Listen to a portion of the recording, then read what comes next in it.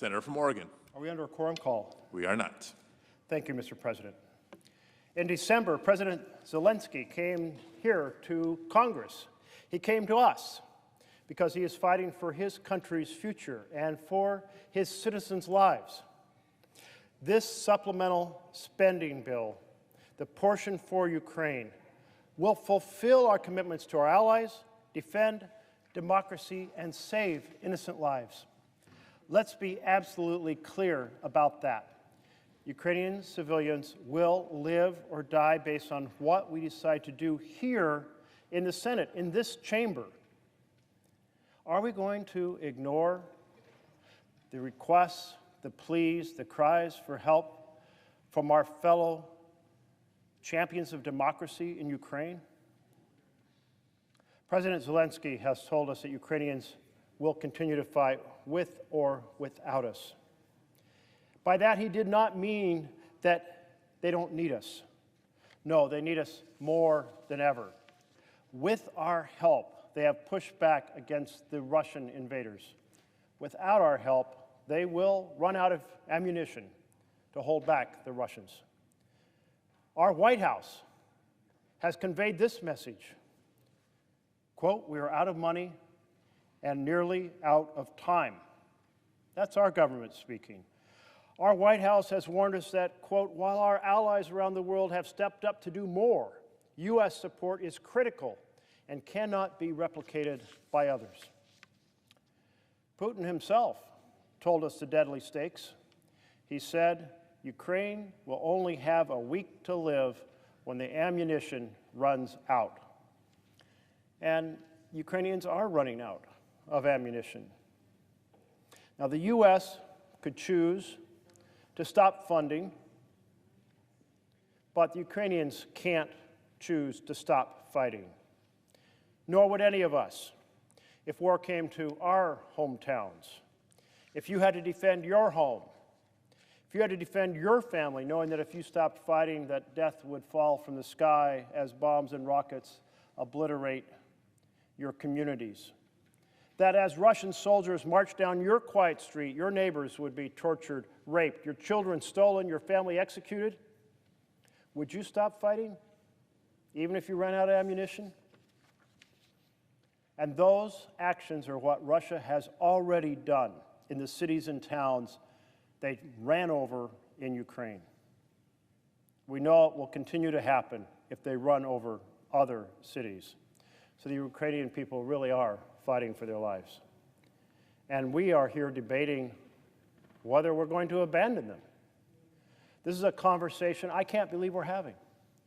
I can't believe, with all of the foreign engagements we've been involved in, that when a fellow republic, which has repeatedly pushed hard to be out from under Russia's thumb, which had the Orange Revolution, which threw a president out of their country who wanted to betray them, who are now fighting the streets against this Russian invasion. I can't believe we're having this conversation here in the Senate with so many colleagues ready to abandon Ukraine. But this is certainly a critical debate. Ukraine is not some regional conflict on a faraway map. Putin himself put it this way in October. He said, quote, "This is not a territorial conflict or even the establishment of a regional geopolitical balance." He continued, he said, "The question is much broader, more fundamental. We are talking about the principles on which the new world order will be based." That's Putin. And what are the principles that Putin champions in that new world order? Well, we know what they are. The end of freedom of speech, the end of freedom of assembly, the end of freedom of religion, the end of citizens through the integrity of democratic elections, choosing their own leaders and their own futures. And there's another principle that is very much embedded with Putin, and that's the continuation of vile crimes against humanity, of rape, torture, and execution. And Putin is not the only authoritarian in the world with this set of principles.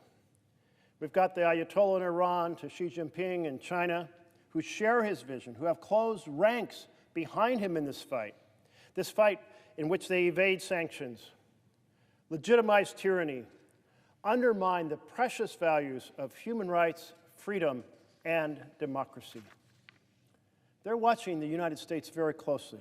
They're watching to see if senators in this chamber are going to vote to abandon Ukraine.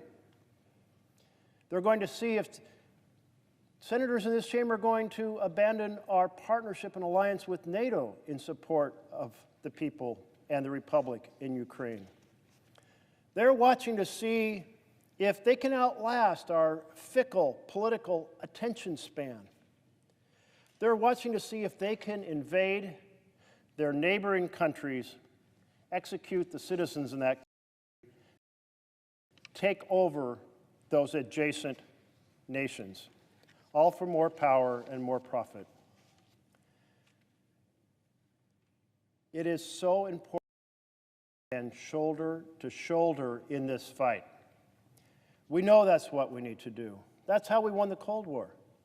And before that, it's how we won World War II, when we believed that we could stay out of war in Eastern Europe by hiding behind the slogan of America First.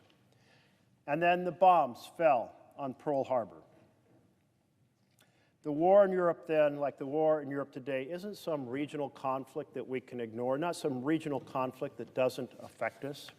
It's a universal struggle about whether people in Ukraine and here in the United States have the right to live in freedom and peace, or whether repressive authoritarians can conquer democracies. And the authoritarians in Europe and Asia then, like the authoritarians in Europe and Asia today, are dictators who view democracy as a threat to their power, a threat that must be destroyed. Dictators do not stop. Dictators must be stopped. Putin has ruled Russia for a quarter of a century, and he wants even more time to continue his establishment of those principles against freedom of speech, freedom of religion, freedom of assembly, the principles of crushing dissent. Putin has ruled with total merciless control and power, and he wants even more power. What makes us think that ceding some of Ukraine will be enough to placate him? We've seen this story before. The last time the world naively tried to placate a murderous madman was when British Prime Minister Neville Chamberlain went to Munich in 1938. In Munich, Chamberlain told Hitler, like some of colleagues in this chamber today want to say to Putin, that he could have a slice of an adjacent country, in that case, Czechoslovakia, and England would look the other way and declare peace in our time. But that appeasement of Hitler didn't produce peace in our time.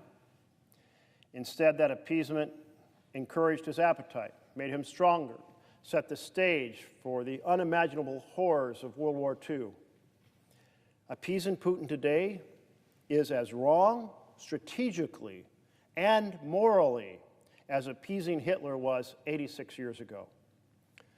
Think of the lives we could have saved and the incalculable destruction we could have prevented had we stopped Hitler in 1938. Well, we have that same question before us right now.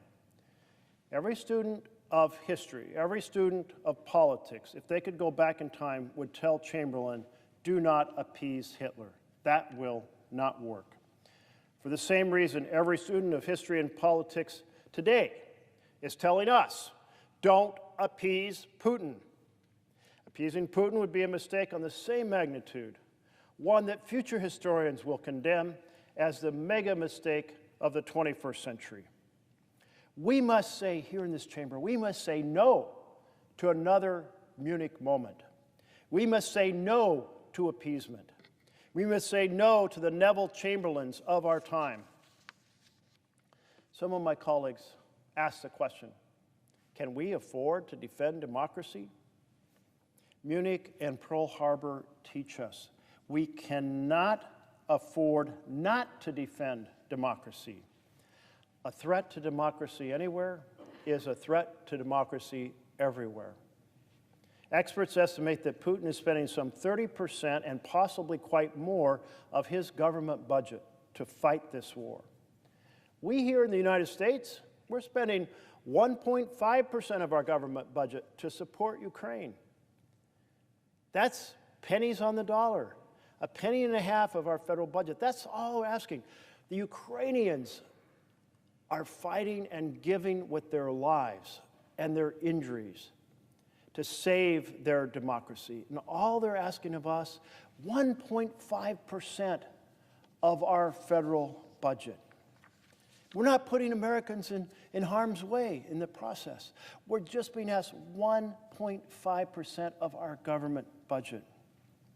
But that 1.5%, that is so important.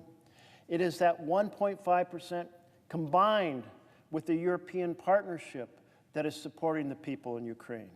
It is those pennies, that 1.5%, that is ensuring that Ukrainian soldiers don't run out of artillery shells. It is those pennies, that 1.5%, that Ukrainian soldiers won't run out of air defenses. It's those pennies that will ensure Ukrainian soldiers will not run out of ammunition.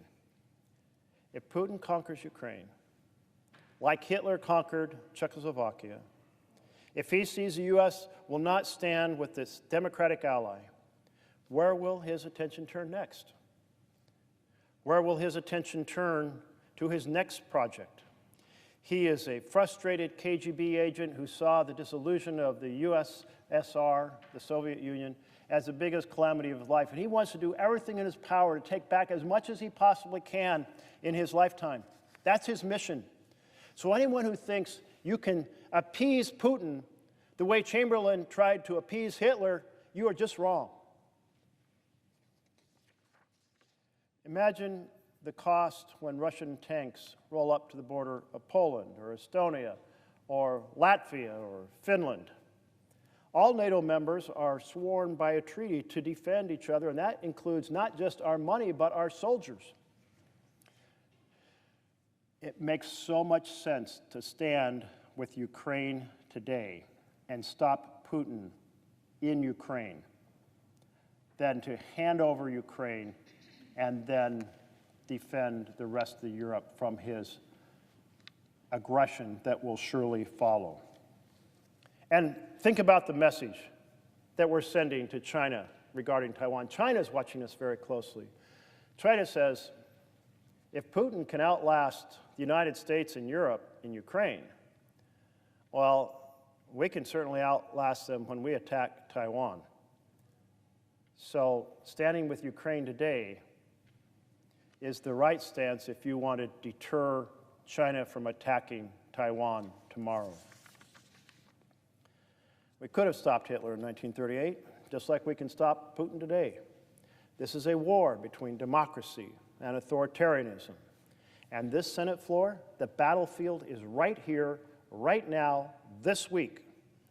The decisions that we make this week about funding Ukraine may be the most consequential of our careers.